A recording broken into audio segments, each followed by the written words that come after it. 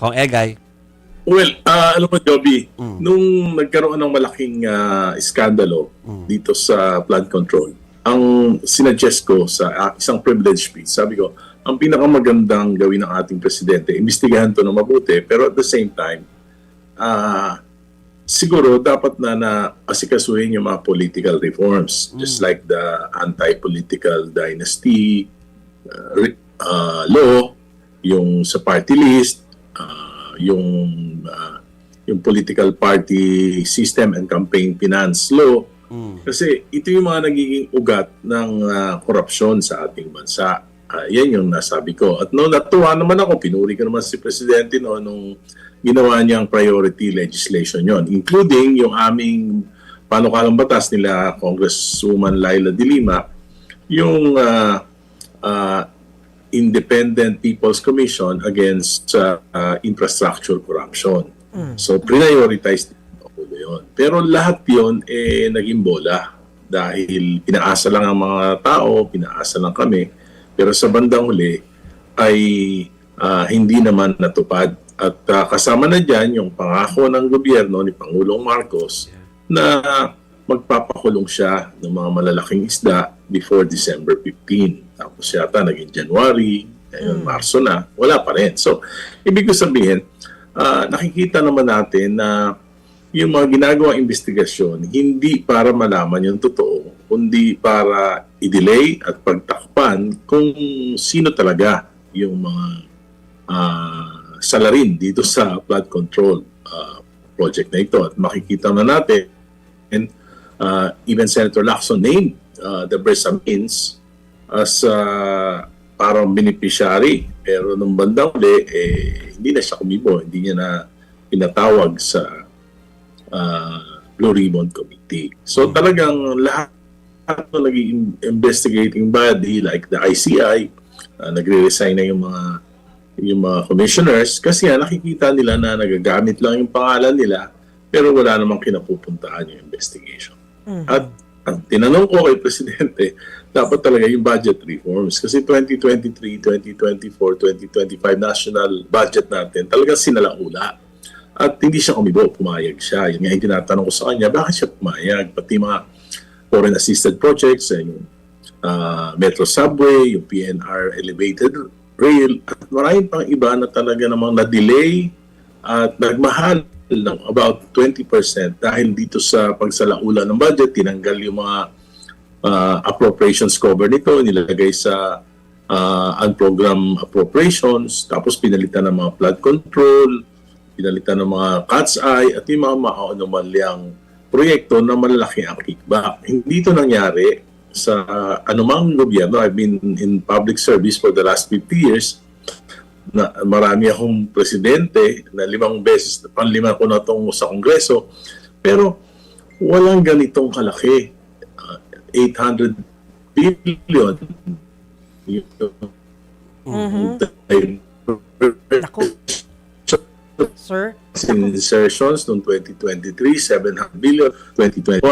So, siya yung mananagot dapat. Command responsibility.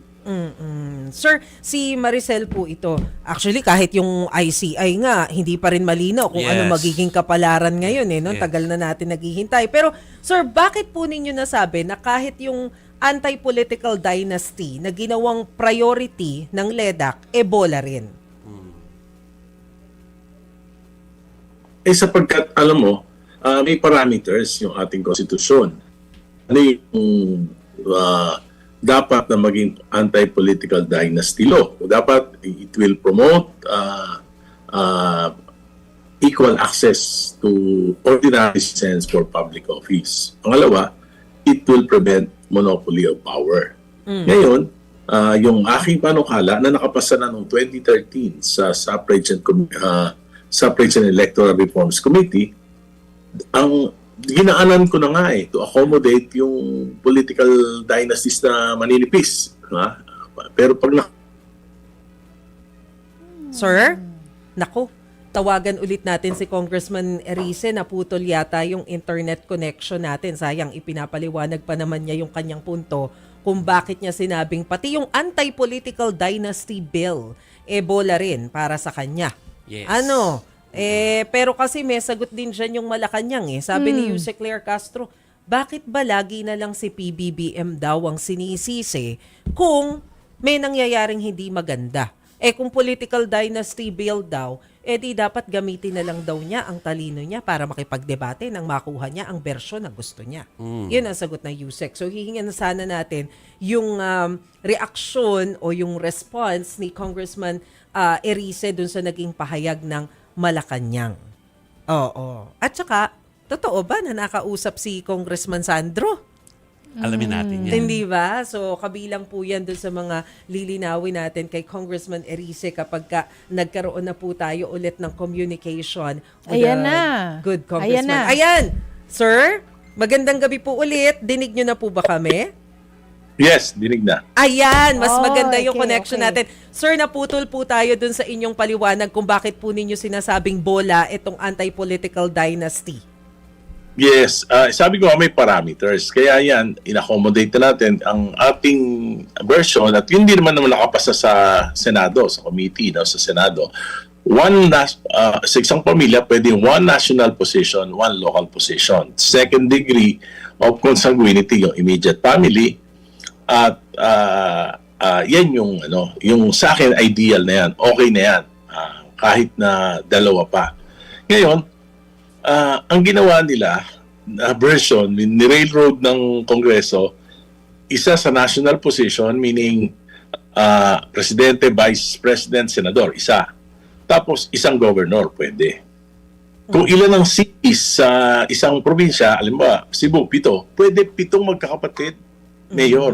Tapos, ng munisipyo, 20 magkakamag-anak. At kung ilan ang distrito, pwede tigi-tigis ang congressman. So, walang nabago. At actually, yung path political dynasties, yung matataba ng political dynasties, mai-encourage pa dahil legal na pwedeng marami sila. So, itong it will promote political dynasties at ito ay magpapabundat pa.